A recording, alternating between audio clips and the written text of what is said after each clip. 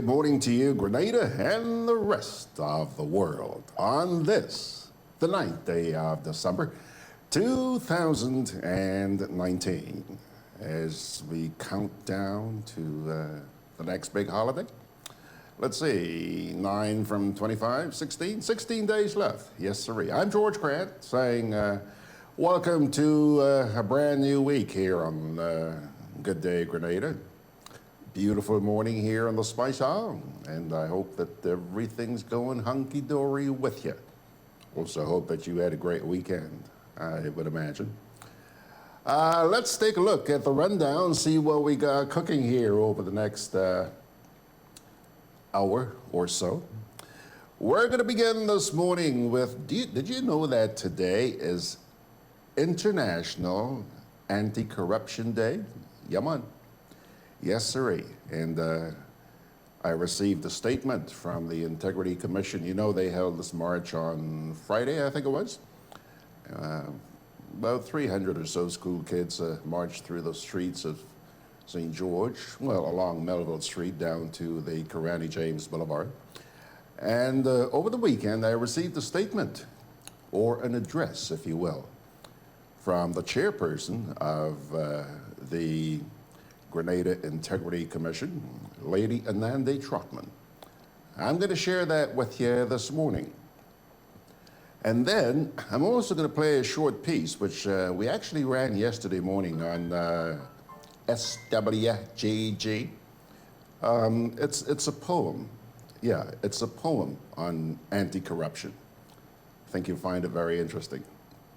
Yes, we do have the national report for you as well. So that's coming your way. And guess what? It's Monday morning. Haven't heard anything to the contrary, so you can look forward to welcoming the Bain sisters this morning for this week's edition of Fiscal Alert, okay? Let's see what we're going to learn this morning. Quick look here. Let me see here. Quick look. Hazel is back at the top. She wins this morning. Anthea Rello is there, and Dave Bertrand is saying, good morning, Jerry. Who's Jerry? Sure you got the right page? Dave, this is George. Good morning to you, sir. Bernard Gilbert saying good morning, and David's also saying, hope you had a lovely weekend. Indeed, I did. Arthur Langine is saying good morning. Benedict Cador, marvelous Monday to you too, Benedict. Joan Wellington's there, and Kipling Francis sending his blessings. Osmond Lewis says it's rainy in Brooklyn this morning. Oh my goodness, come take some of our sunshine. Arthur Langine is asking, Brother George, what does the children know about that? About what? Oh yeah, he's talking about anti-corruption. Well, actually, they had a lot of banners, and if you saw the program yesterday, we showed some of the banners that the children had made for that little march. And if you missed it, check out the GRENADABROADCAST.com website or Facebook. Now, here we go. We are going to start this morning with the address by Lady Anande Trotman, an observance of International Corruption Day, which, by the way, happens to be today, December 9th. The following is a message from the Chairman of the Integrity Commission of Grenada, Lady A. Anande Trotman Joseph, and this is in observance of International Anti-Corruption Day, December 9th, 2019. On behalf of the Commissioners of Grenada's Integrity Commission, including Deputy Chairperson Robert Robinson, Commissioners Hill, Augustine, Charles, Redhead, and James, along with our small, hard-working professional technical team, it is an honor to address you on the occasion of International Anti-Corruption Day 2019. This day is celebrated under the theme, Together We Unite Against Corruption. We have received messages of solidarity from the Commonwealth Secretary General, Baroness Patricia Scotland, and the United Nations Office on Drugs and Crime. These we have shared on our online platforms. This corruption about which we speak and fight against is often defined as the abuse of public office through unlawful, dishonest, and fraudulent conduct and use of undue influence for personal gain or benefit. However, the root causes of corruption start in our own minds, homes, and networks of family, friends, associates, organizations, and businesses within our society. It is sometimes seen as culturally accepted behavior. Grenada's anti-corruption efforts and the establishment of an anti-corruption and integrity system are relatively new. Nonetheless, we have been relentless in our commitment to establish and to make operational a national integrity and anti-corruption system.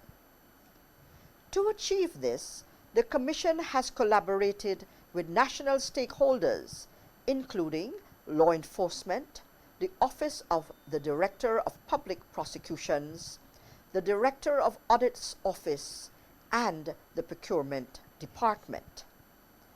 Technical cooperation and assistance have been received from the Commonwealth Secretariat and the United Nations Office on Drugs and Crime.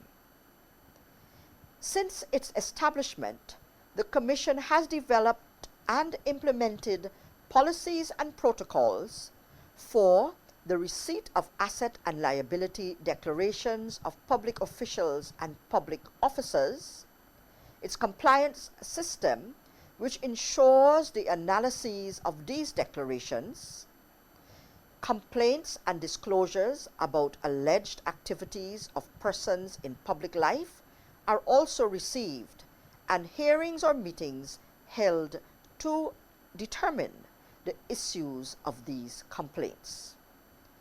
The Commission undertakes investigations and inquiries into the management practices and procedures of government ministries, departments, and statutory and public bodies to assist with the identification of necessary changes in practices or procedures to reduce occurrences and weaknesses of corruption.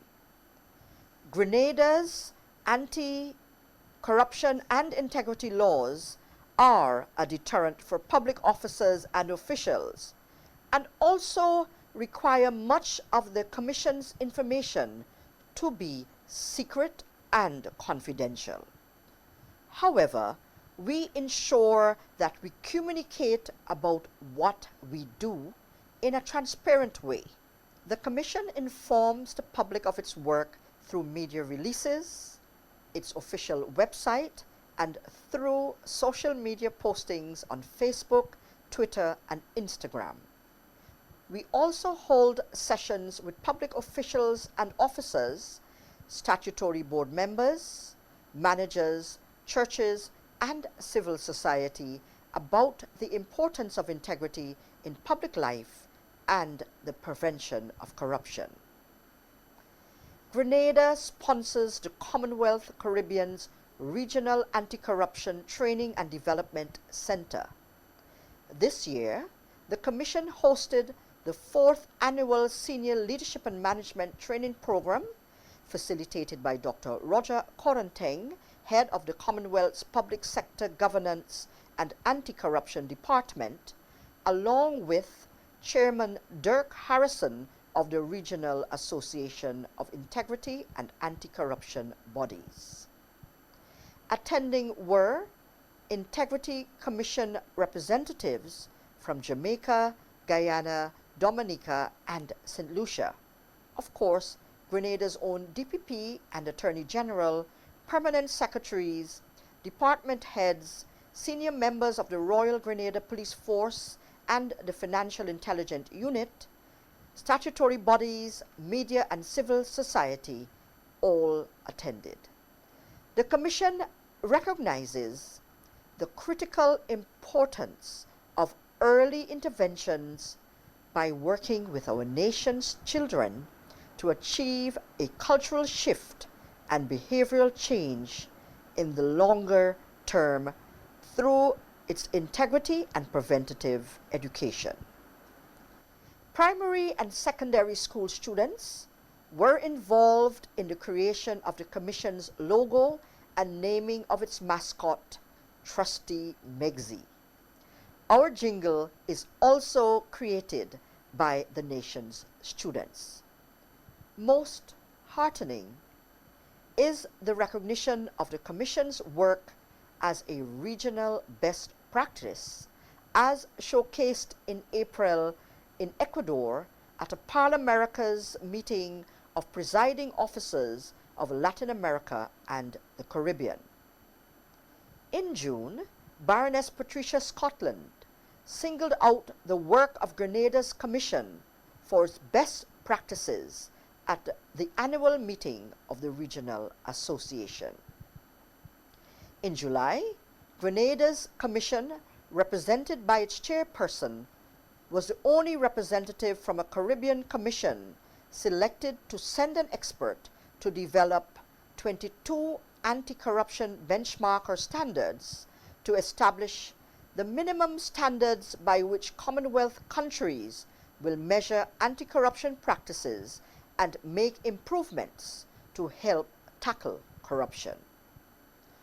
Although we use the commemoration of this day to showcase the work of the Commission and indeed Grenada's anti-corruption system, we also highlight the importance of tackling corruption together. This is how we will realize our shared vision of a cadre of public officials and officers who demonstrate the highest levels of integrity. May we together look to a future where the fight against corruption is constructively embraced by the political and collective will of all our people. Let us together as Grenadians unite against corruption. The proceeding was a message from the chairman of the Integrity Commission of Grenada, Lady A. Anande Trotman Joseph, in observance of International Anti-Corruption Day, December 9th, 2019. All right, there you have it. The chairperson of the Grenada Integrity Commission, Lady Anande Trotman Joseph. And that got some of you posting stuff here. Benedict Cador says she is choking on some of her words, the ones she knows to be untrue. Okay. Vincent Ignatius Roberts says, the address by Ms. Trotman Joseph is a farce, considering that the head of the FIU, that's the Financial Intelligence Unit, is a politically exposed person, according to law. Who, according to law, should not be holding that position. Yet she turns a blind eye and tries to justify it. It's actually an instance of corruption. Ernesto says, good morning. Don't know if it's true. I'm here. I know. Please, I don't know. When will I learn? Benedict Cador says, my. That's regarding the speech you just heard. Ryan Jaban says, so many officious words about anti-corruption. Sadly, no action in the spice aisle. Where have we heard that before, Ryan? Margaret says, good morning. The irony of the characters on anti-corruption stage. Sigh. So says Max. Okay. Folks, I'll tell you what, we're going to move on now to that piece that we shared with you yesterday. This is a poem that was written about anti-corruption or anti-corruption. Check it out. A tribute to anti-corruption. a story about the good and evil of money. I am money. I am generally accepted as a medium of permanence. I am also a measure of value and a means of sustenance. I come from a very rich ancestry. I was born in a mint factory. I went through many processes before I became attractive. I was given many different names at face value. I mean different things to all people. I live in treasuries in many nations. I am worth millions and billions. I am a very important figure around the world. I am adorned in plastic, copper, silver, and gold. Whenever I travel, I am given priority, and I am protected by the highest security. People around the world worship and cling to me. Some become slaves to me. I am endowed with great power. I can kill and I can cure. I can make poor people rich and some rich poor because they always want more, more, more. It is said that I put so many in trouble. Their love of me is the root of all evil. It is said that I cause the world's problems. So beware, I can destroy families and I can destroy countries. There are those who will kill for me or even die for me. Others search for me but never find me. I was created to be used and not to be abused. I bring some people fame and I bring others shame. Too many are dying in the country, all because of me. Yes, money is my name, and deceiving, that's my game. Vivian C. Thompson Patrick, also known as Auntie V, March 1931 to October 2019. International Society of Poets, Editor's Choice Award, 1996. Thank you. Yes, I do know that today is International Anti-Corruption Day, but we've heard enough of anti-corruption for one morning, okay? So I'll tell you what, let's take a quick break here, and then we're going to come back with the weekend's edition of the National Report. GRENLEC continues to celebrate 25 years of partnership and growth. So this December, we're giving every customer the chance to spin and win. Just pay your bill in full on or before December 18th. Then, on Wednesday, December 18th, join us at any GRENLEC customer care location. Spin to win giveaways that will make this season even more festive. Hams, groceries, gift vouchers, wine, electricity vouchers, and more. Join the celebration. December 18th, spin and win with GRENLEC. Visit our website or Facebook page for more information. Terms and conditions apply.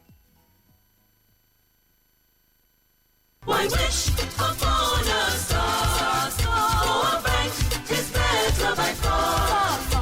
Whatever you're wishing for this Christmas, we'll give you low interest and no fuss. Co-op Bank is making Christmas wishes come true. Fix up your home, treat your loved ones, and get everything on your Christmas list this year with our no-fuss loans. As we count down the 12 days to Christmas, you can win awesome prizes every day. Special terms and conditions apply. Christmas wishes come true with Co-op Bank and you. Welcome home. Juve chocolates, cocoa nibs, and cocoa balls from Diamond Estate Grenada are now available at Amazon.com, Amazon.ca, Amazon.co.uk, and GrenadaMarket.com. Try their sensational touch of nutmeg and a touch of ginger chocolates, 75% dark and rich, 100% pure cocoa, and their 60% dark and sweet chocolate bars today. Amazon Prime members enjoy free shipping on these orders in the USA, Canada, and Europe. GrenadaMarket.com. When you can't come to the island, the products of the island will come to you.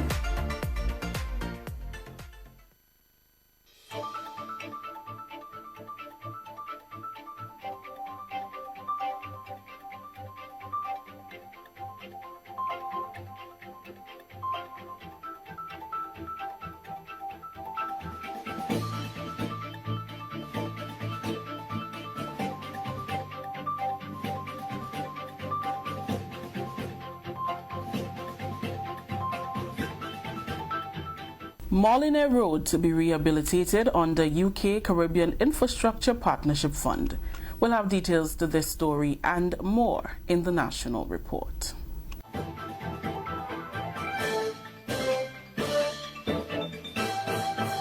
Welcome back with the details to the news for Friday, December 6th, 2019. I am Rakisha St. Louis. Works Minister says the Molineux Main Road will be given attention before year end. This is as government continues to place infrastructural development on the front burner. Minister Gregory Bowen says remedial work will commence in Molineux following construction work on Marast Hill. He said funding for the Molineux rehabilitation work will come from the United Kingdom Caribbean Infrastructure Partnership Fund.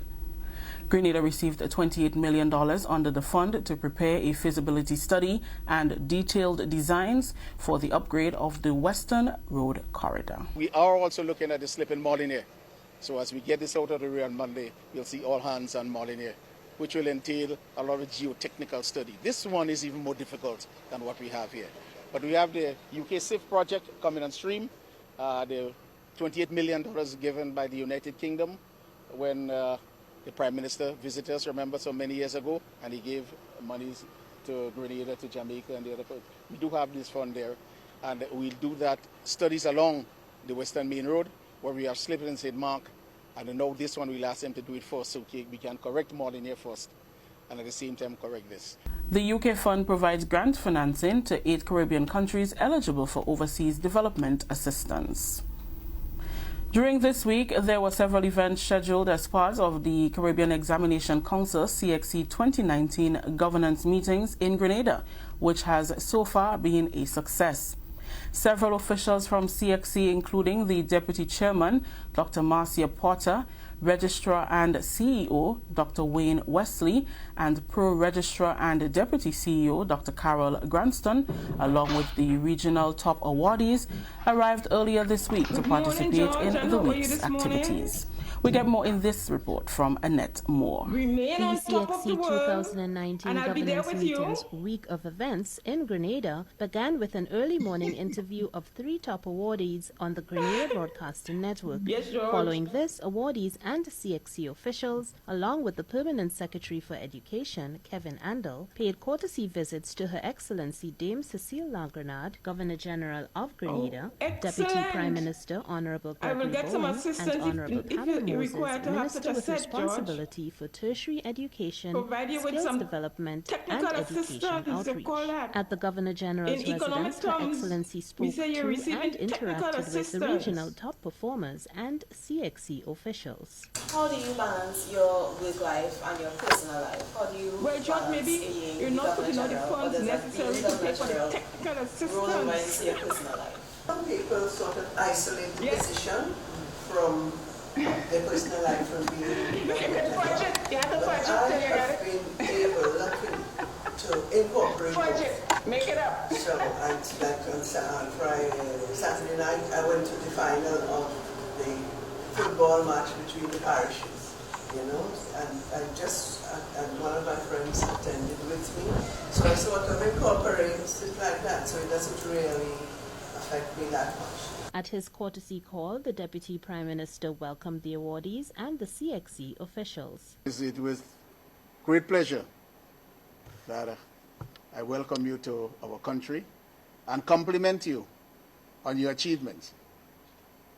I have to take this opportunity too to compliment the Regional Examination Council. Students shared their achievements and hopes for the future, and Honorable Bowen responded with encouragement. There were many adversities, and how I overcame those adversities was through the intrinsic motivation I possessed.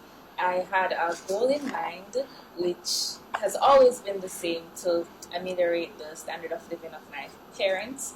I've seen them made so many sacrifices to ensure that I am where I am today, and I believe that this is the best way to repay them. So that has always been the driving force behind all of my successes, and being here is such a pleasure. Whether you're in the government, into the political arena, or you into the private sector, or education or otherwise, please, we are looking forward to your continued excellence, and you're inspiring the others in your generation to do better. Minister Bain was also gifted an art piece in addition to other officials during the courtesy visits from a CXC student of art. Honorable Pamela Moses, meeting with CXC officials at the Ministry of Education, congratulated CXC on its 40th anniversary and encouraged the top performers to continue to pursue their goals while impacting the world positively. I know that you're not too young to feel that need and that desire within you to change the world. Interested in keeping our environment clean, keeping our environment safe.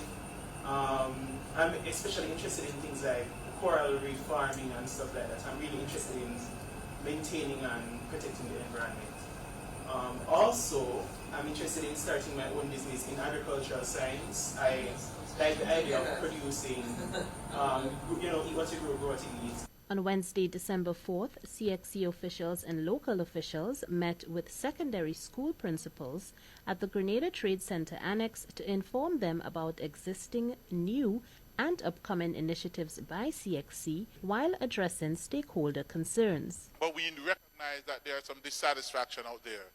Readiness for e-testing. E-testing has been a concern for many of our stakeholders. We're going to talk about some of that today.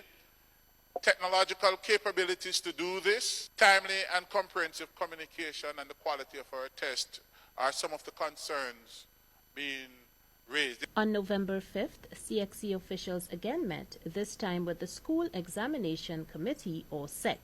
The regional top award ceremony was held later that day to award all outstanding performers. Today, the official activities concluded with a CXC Council meeting, a press conference, and the Prime Minister's reception cocktail. For the National Report, I'm Annette Moore. Thank you, Annette. This is the National Report. More news after the break.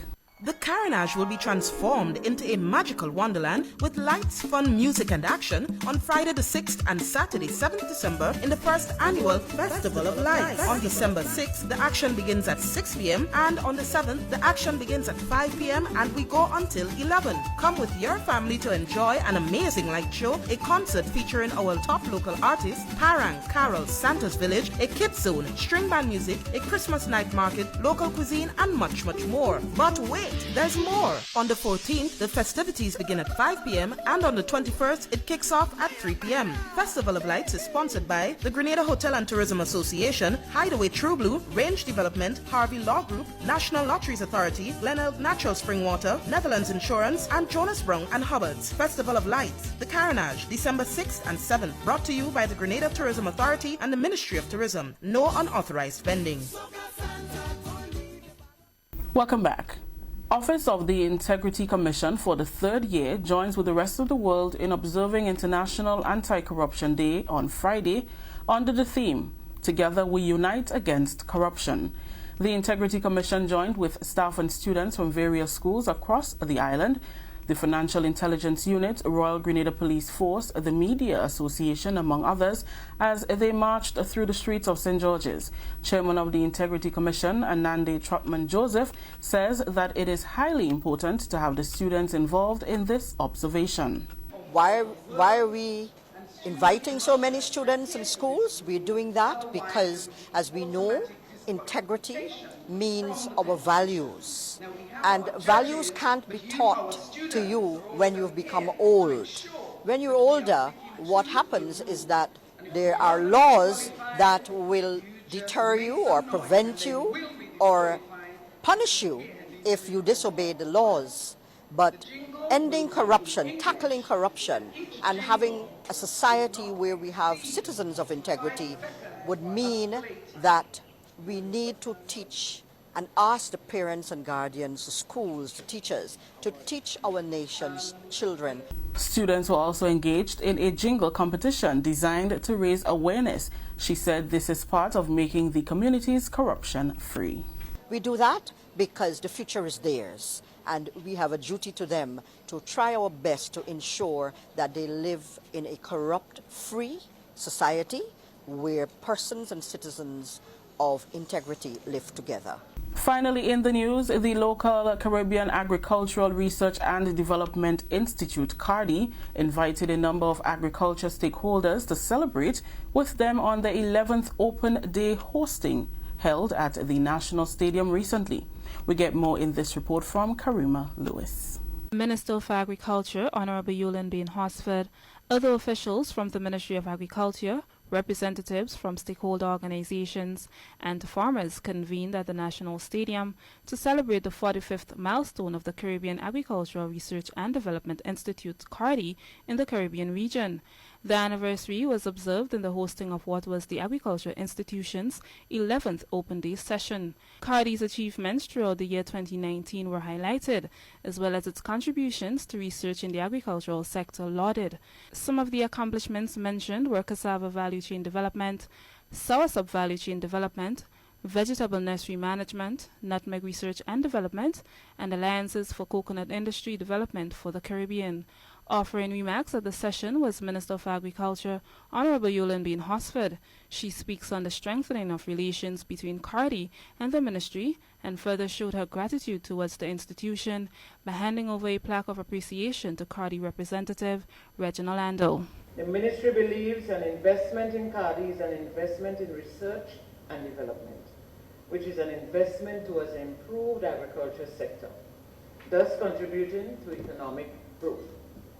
Therefore, strengthening the partnership between CARDI and the Ministry has tremendous benefits, and it is in the best interest of both parties to pursue that path. Director of Research and Development at the Ministry of Agriculture, Dr. Malachi Doughton, emphasizes the need for there to be collaborative research efforts between the Ministry and CARDI. The Ministry of Agriculture always applaud any effort towards research. We are aware of the need to guarantee that CARDI can work within the ministry and respective ministries throughout the region, because with the limited resources, globalization have forced CARDI to incorporate and collaborate themselves with the respective ministry in the respective region, and to ensure that in each country there is a research agenda to guarantee that CARDI can direct that research agenda and to ensure that we can get the result that is needed to improve the livelihood of farmers and improve the well-being of farmers by able with production and profitability. Moving forward in 2020, one of the focuses of CARDI will be to continue with its developments in the field of cassava, especially in the village of Munich St. Andrew. This is according to CARDI representative Reginald Ando. We are far removed, far away from where we really want to be in this cassava industry. We're really just scratching the dust, as it were. We're really not where we want to be. We have talked about it, all the agricultural agencies have talked about it in the past 5 or so years, but we're not really where we want to be, in my view. We want to make it more sustainable, more endemic than it is right now. The little that we have done is helping to transform the industry, making it more sustainable, making it more alive. And we are very grateful for that. I spoke to this foreign processor 2 weeks ago. Well, I don't want to put up that picture. I spoke to her 2 weeks ago, asked her how is things going with foreign. Full of praise. Good sales, she's making money. I think in my mind, I want to do more around that Munich village. I think it can be done with cassava. So maybe I might attempt that next year. Another heavy focus area for 2020 will be nutmeg research and development. For the Ministry of Agriculture, I am Karima Lewis. That story just ended the national report for today, Friday, December 6th. Let's recap the top story. Molyneux Road to be rehabilitated on the UK Caribbean Infrastructure Partnership Fund. On behalf of the entire news team here at the Government Information Service, I am Rikisha St. Louis saying thank you for joining us. Until next time.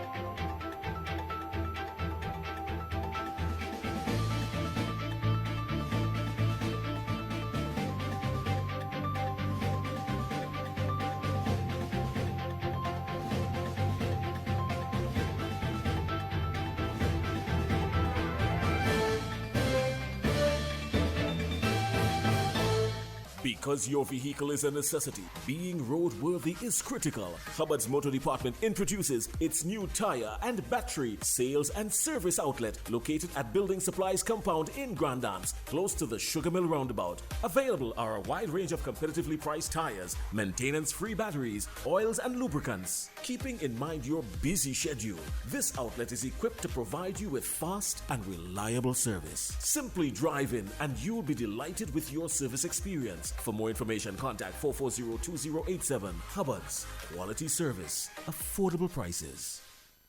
Why wish upon a star? For a bank is better by far. Whatever you're wishing for this Christmas, will give you low interest and no fuss. Co-op Bank is making Christmas wishes come true. Fix up your home, treat your loved ones, and get everything on your Christmas list this year with our no-fuss loans. As we count down the 12 days to Christmas, you can win awesome prizes every day. Special terms and conditions apply. Christmas wishes come true with Co-op Bank and you. GRENLEC continues to celebrate 25 years of partnership and growth. So this December, we're giving every customer the chance to spin and win. Just pay your bill in full on or before December 18th. Then, on Wednesday, December 18th, join us at any GRENLEC customer care location. Spin to win giveaways that will make this season even more festive. Hams, groceries, gift vouchers, wine, electricity vouchers, and more. Join the celebration. December 18th, spin and win with GRENLEC. Visit our website or Facebook page for more information. Terms and conditions apply. Alrighty, folks. Monday morning, the 9th day of December 2019. Take a look. There they are. There they are. Aren't you guys jealous? Me and three ladies to start the brand new week. Hey, aren't you? Mm-hmm. Good morning, Laurel and Gemma and Janice. How are you ladies doing? Morning, George. Morning, George. Doing fine. We're doing great, George. How are you this morning? I'm pretty good, and I hope you guys had a great weekend. We did. How about you? Pretty good. I got a little shut-eye, and that was important. Oh, great. Now, I'm very curious about where we're going this morning, man. Let's hear it. Laurel? Well, thank you, George, for having us, and thanks to the viewers and listeners for sharing a portion of the morning with us. We have with us Laurel Bain, Miss Laurel Bain, and she has been an economist at the Eastern Caribbean Central Bank for almost 30 years. Her last post was that of Senior Director in the Eastern Caribbean Central Bank. And we also have Ms. Gemma Bain Thomas, and she has been a public servant for almost 30 years. Her last post was that of Cabinet Secretary. And Laurel and Gemma will share their experience with us today as we look into the loan that was applied for recently. Thank you, Janice. Good day to all. Based on the question last week in terms of the request for loan approval, I thought it would be very appropriate to put that request in context this morning. And in putting that loan request in context, it is linked to the financing component of the fiscal accounts, and I will come back to that. In terms of analyzing fiscal performance, the fiscal account is subdivided into 4 components: the revenues, expenditures, balances, and financing. The revenues, as we have seen from the budget speech, comprise of your total revenue and grants. Included in this category is your current revenue, comprising tax and non-tax revenues, and your grants. And this gives you total revenue and grants. You will realize here that inflows relating to any disbursements of funds are not included in your revenue. Disbursements are treated as commitments by the government and are not considered revenues. The second component is your total expenditure. And the total expenditure comprises your current expenditure and your capital expenditure. Your current expenditure consists of your wage bill and associated benefits to employees, your payments for goods and services, your transfers, which are your social programs, and interest payments. And you will note here, it is only interest payments. It does not include principal repayments, which will reduce government's obligations or past commitments. The third component is the balances. You get your primary balances before and after grants, your current account balance, and your overall balances before and after grant. The fourth component is the financing in terms of the fiscal account. In analyzing the budget for 2020, Dr. Melville and I looked at the medium-term fiscal framework along with the budget speech. And we noted that in the medium-term fiscal framework, the financing component was not included. The account concluded on the overall balance after grants. In the budget speech, the financing component was not emphasized. However, consistent with the Debt Management Act, the medium-term fiscal framework was presented to Parliament or laid before Parliament. In the medium-term debt strategy, arrangements are made or there are provision or borrowing requirements of the government for 2020. And I direct viewers and listeners to the last pages of the medium-term debt strategy, which will give some details on government borrowing requirements. I will return now to the request for the loan of $100 million by going back and relating it to the budget. The budget makes provisions for an overall surplus of $145.8 million. If we round it off, $146 million. It means based on the estimates, at the end of the year, you will have cash in hand of $146 million, to round it up. However, in analyzing the accounts, and as I mentioned before, principal repayments are not included in your expenditure. Therefore, with the $146 million, you have to deduct your principal repayments in order to determine how much will be your cash in hand. The budget makes provision for principal repayments of $287 million. We will realize here now that with cash in hand of $146 million and the need to pay principal to the extent of $287 million, that you are ending up with a deficit. In other words, including the principal repayments in your total expenditures, you will end up with a deficit because the total revenue and grants are not adequate to cover that total expenditure. And that deficit is over 100 million. The request for loan will serve to close that deficit on the fiscal account. The loan is for 100 million. The deficit is above 100 million. So, Laurel, if the loan is for 100 million, but you said the deficit is about 140 million. So what happens to that extra 40 million? How do we finance it? Okay, Janet, I will answer this in two parts. How could you finance additional deficit of 40 million?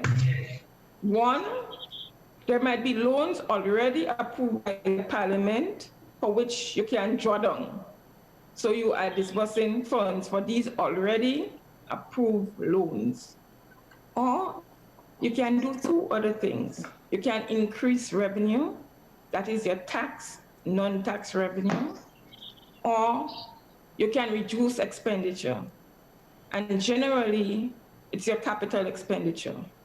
I must indicate, though, that the financing component of the central government account is more detailed than I have put forward. I put it forward for simplicity purposes.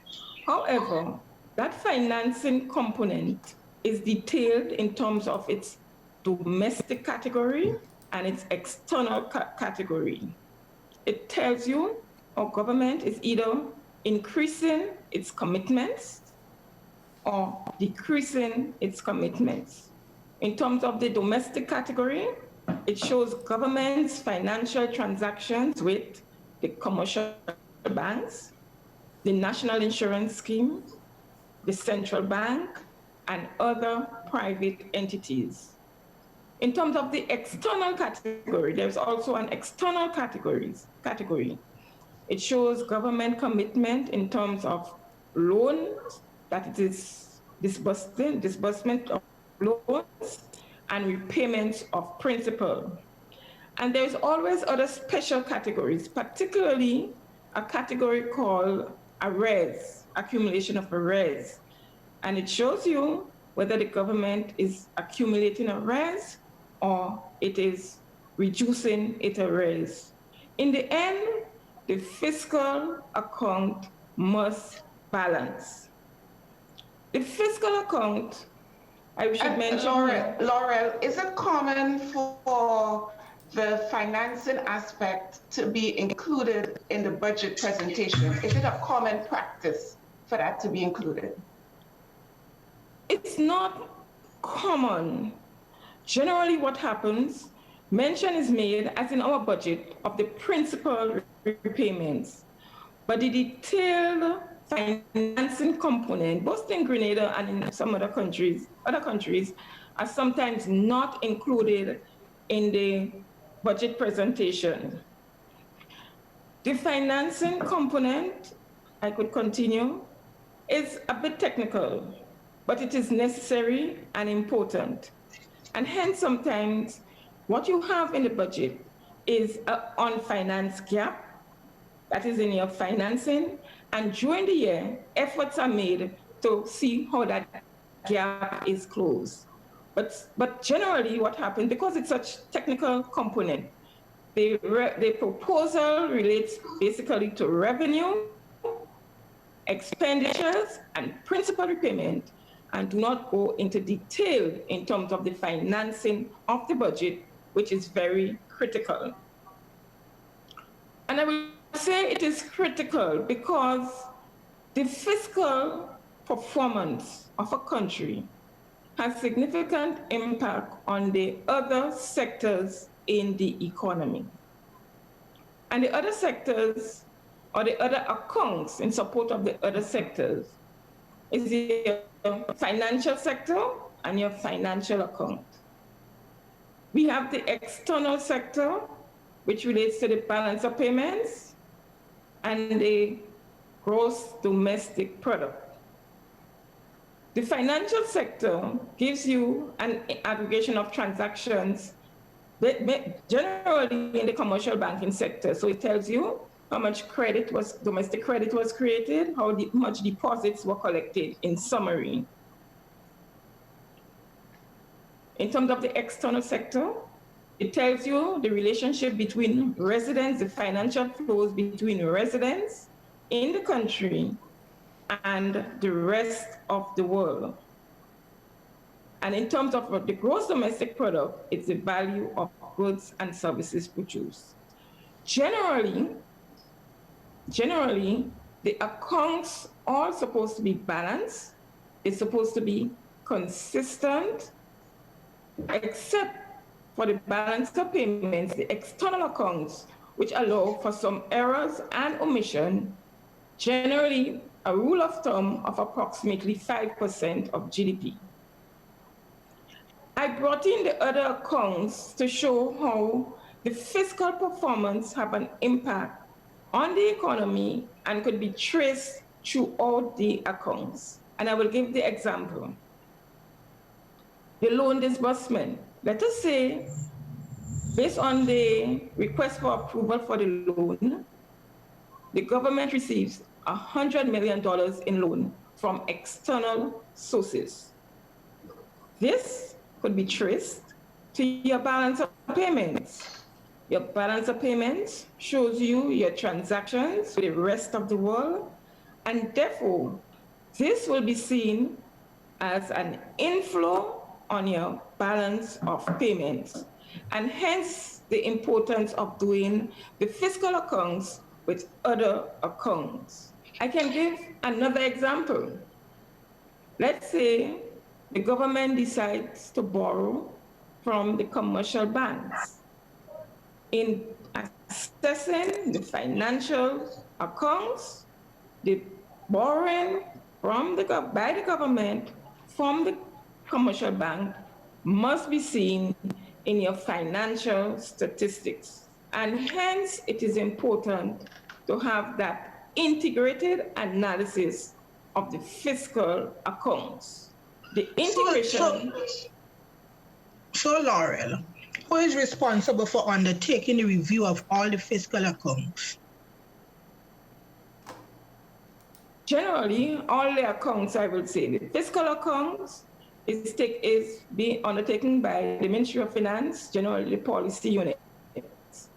You have other, I would say, agencies doing the various accounts. So like, for example, the Statistics Office might do the national accounts. The Statistics Office will also do the balance of payments accounts. The financial statistics is done by the central bank. The policy unit will pull all these accounts together and ensure that there are consistencies among the accounts. I must say here that analysis are undertaken of the economy, of the various sectors in the economy. However, what is being proposed is an integrated approach in terms of this analysis. In previous experience, from previous experience, technical assistance or training has been provided in terms of integrating the accounts. But what is required is a comprehensive integration of all the accounts. So if we go back to the $100 million loan request, this is part of the financing of the budget. When we take in consideration total revenue, including principal repayments, put us in a deficit position. The financing will close the gap as the fiscal account must be closed. And there are provisions for tracing all financial transactions throughout the economy. So Laurel, last week I spoke about public sector modernization. So as we move forward, with what you have just said about integrating the accounts, then the government, as part of its public sector modernization, needs to look at the whole of government approach, by which public service ministries and departments work across portfolio boundaries to achieve shared goals and an integrated response to ongoing issues. Now, the whole of government approach is a formal or informal approach that focuses on policy development, program management, and service delivery. When we use that approach, there will be increased cohesion across government as all related stakeholders in both the public and the private sector would collaborate or work together from the same action plan, implementing integrated solutions with public administration and governance as an interconnected whole. Additionally, we need to look at more open government, which promotes improvement in the use of public resources, facilitates inclusive decision-making, and allows for more information sharing and citizens' empowerment. Now, when we do that, we e-government transformation that will facilitate all the information on a platform, making it easier for citizens to be involved in the decision-making process. So yes, and Gemma, that's very important. And as you discuss the public sector modernization, I think one thing that it might be important to note is that as you modernize the public sector, there are going to be jobs that become redundant. And so in terms of looking forward, you would need to have some skills or job training program that will aim to take up those redundant posts as the sector is modernized and trimmed. That's true, because as we modernize the public service, we have to look for different means of providing the service that the people require. And if we are using an e-platform, it means that we'll need different skills in the public service. And so the focus of recruitment and so will have to change. And we have just one comment from Arthur Langain this morning. He said, good morning. Sorry, I need to put my glasses on. He said, good morning to you, beautiful family. I can't finish saying how much I am proud of you ladies. We have no real questions this morning. And so, Laura, let me ask you. Hold on a sec, Janice. Let me ask Janice. Oh, sorry, go ahead. There's Yes. something here from somebody named Lauren Brazan, and wants you guys to comment on refunds.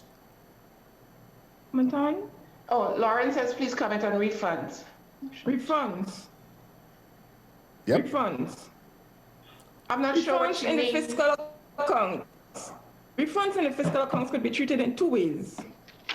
One, you could either put it as a net revenue. So, example, if you have, let's say, property tax, and you receive 10 million in property tax, but you had to pay out refund of 2 million, you can put it as your net revenue as 8 million in your revenue. You could also treat it as a revenue and an expenditure. So you could put your 10 million in revenue, and you could put your 2 million in terms of expenditure, and it comes out to be, it has the same effect in terms of the refunds. So two ways of treating it, net revenue or total revenue and as an expense. All right, go ahead. All right, Lauren, we hope that answered your question. And since we do not have any more questions on Facebook at the moment, Laura, when you spoke about the balance of payment, you talked about a certain percentage of error that's allowed. Can you tell us what percentage that is, and what happens if when you do the balance of payment, the error is extremely more than what is allowed? Yeah, for the balance of payments, that's your transactions with the rest of the world, Grenada and the rest of the world. Rule of thumb is about 5% of GDP. However, if when you compile the balance of payments, you get a significant, we call it error on omission, you look among the accounts to see whether there was some error in terms of compilation. If there were no error, it means that there are some transactions you may have underestimate or overestimate, because it's based on a lot of estimation sometimes. And therefore, you try to correct, but there could be over or underestimation. For example, remittances, what you receive from abroad, is part of your balance of payments. However, it's difficult to determine how much funds came into friends and families, which is a balance of payments transaction. It's an estimate. So you just have to be confident, relook at your estimates to ensure that they reflect what is happening in the economy, examine the other accounts to ensure that there are consistency. And if all is done, then it's an error and omission, or there might be sectors that are not covered in the formal statistics that is causing such errors and omission. But you examine to make sure you are comfortable with it. So is it ever safe to say that the funds are just not accounted for? Or is that too much of a stretch? I will not say not accounted for. I prefer to use the word errors and omission because of the high element of estimates in the account. Laurel, just let me jump in here for a minute. I'm a little bit curious about this. You know, sometimes we hear that the diaspora contributed so much to Grenada over the last year. How do we go about, I imagine that's just an estimate, how do we go about tallying that figure? No, in terms of actual sourcing of funds, what is being tried is using the funds that come through Western Union and the other money services available. However, as you know, this may not be comprehensive as there are other forms of receiving the money, and hence an estimate is being made. Sometimes the estimates are based on the growth in the country from which the funds are coming. So for example, during the economic and financial crisis, we would have estimated that remittances would have declined. And this is an estimate, and that estimate would be based primarily on the decline in economic activity in the country from which the funds are coming. However, efforts are being made now to improve the coverage of the remittances, particularly covering comprehensively inflows from our money services agencies. But George, it is still an estimate in terms of the remittances. All right, so essentially George, it could be very right or very wrong. It could be right and it could be wrong. You make the best estimate at that point in time. All right. And you look at what is happening in the international economy. All right, somebody else was about to say something? The funds will come from various sources. Okay, yeah. What did you say, George? No, I said somebody else was about to say something. You want to go ahead?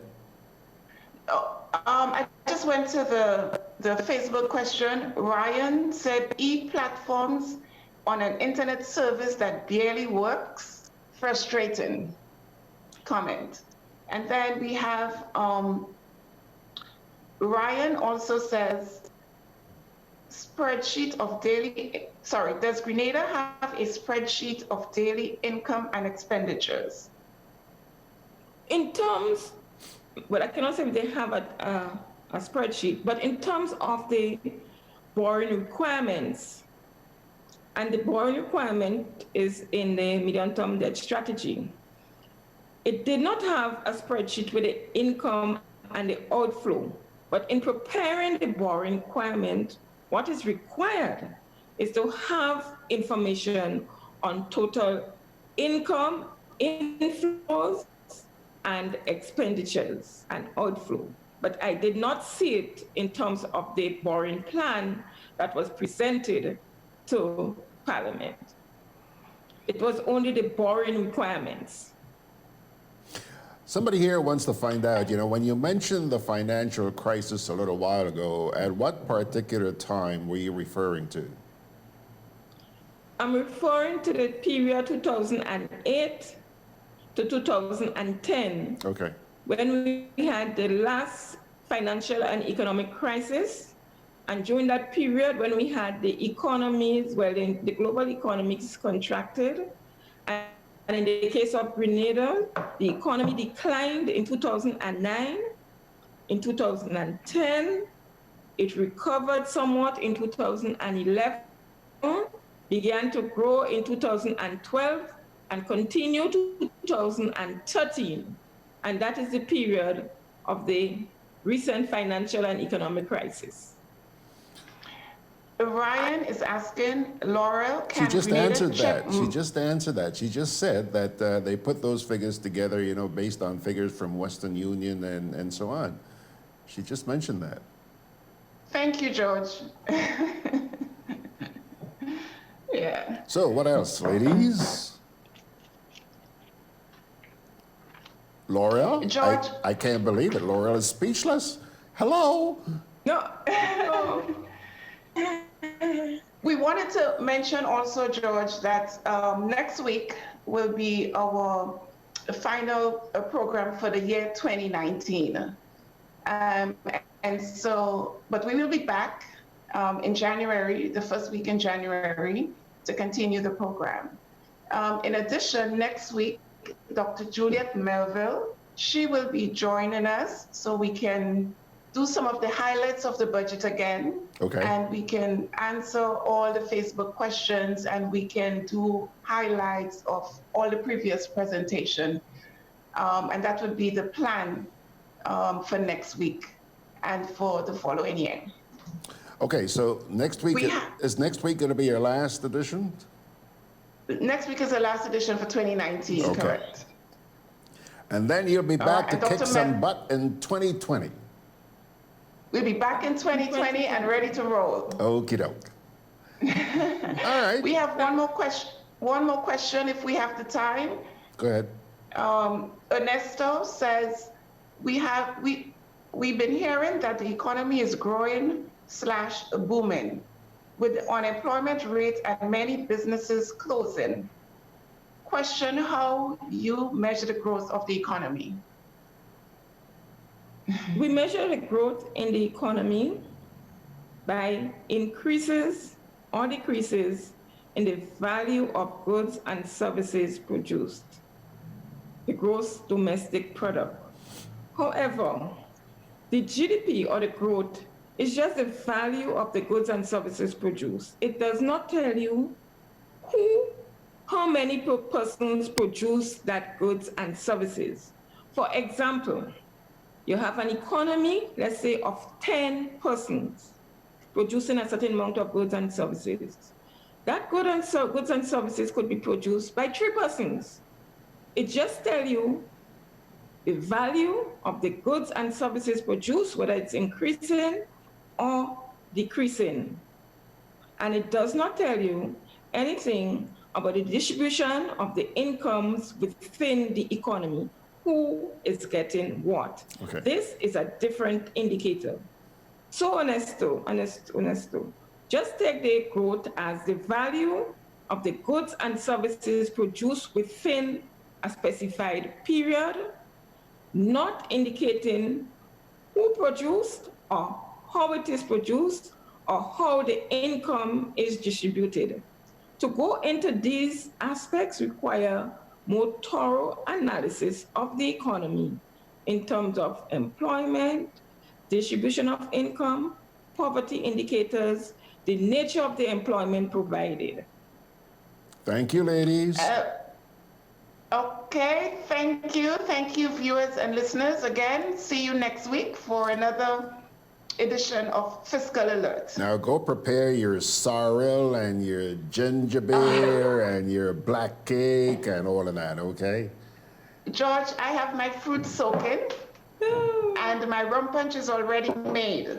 Okay, what about eggnog? Eggnog you make closer to the end of the week, end of the year. Okay. Thank you very much. Eggnog and, all right, you enjoy. Thank you, George, and good day to all. All right. And see you next Monday on Fiscal Alert. Where we share knowledge and experience. Looking forward to that, ladies. Have a great week. Have a great day. All right. Take Bye. care. All right, folks. On that note, I think we have pretty much come to the end of today's edition. But we're going to take a quick little break here. and come on back in just a wee bit to say goodbye. GRENLEC continues to celebrate 25 years of partnership and growth. So this December, we're giving every customer the chance to spin and win. Just pay your bill in full on or before December 18th. Then, on Wednesday, December 18th, join us at any GRENLEC customer care location. Spin to win giveaways that will make this season even more festive. Hams, groceries, gift vouchers, wine, electricity vouchers, and more. Join the celebration. December 18th, spin and win with GRENLEC. Visit our website or Facebook page for more information. Terms and conditions apply. Juve chocolates, cocoa nibs, and cocoa balls from Diamond Estate Grenada are now available at Amazon.com, Amazon.ca, Amazon.co.uk, and GrenadaMarket.com. Try the sensational touch of nutmeg and a touch of ginger chocolates, 75% dark and rich, 100% pure cocoa, and their 60% dark and sweet chocolate bars today. Amazon Prime members enjoy free shipping on these orders in the USA, Canada, and Europe. GrenadaMarket.com. When you can't come to the island, the products of the island will come to you.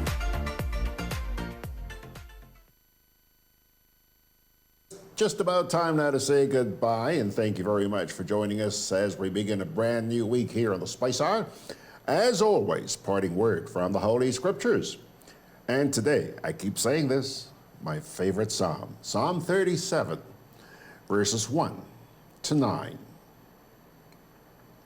Do not fret because of those who are evil, or be envious of those who do wrong. For like the grass, they will soon wither. Like green plants, they will soon die away. Trust in the Lord and do good. Dwell in the land and enjoy safe pasture. Take delight in the Lord, and He will give you the desires of your heart. Commit your way to the Lord. Trust Him, and He will do this. He will make your righteous reward shine like the dawn, your vindication like the noonday sun.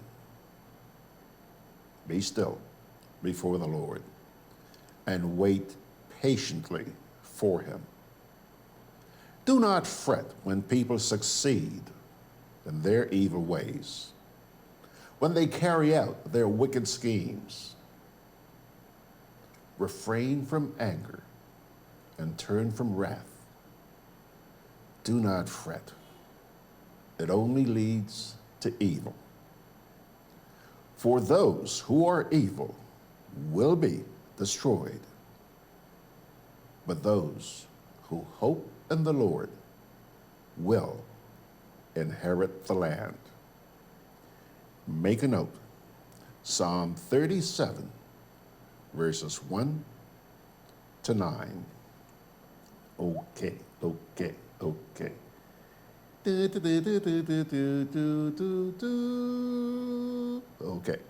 Folks, that's going to do it.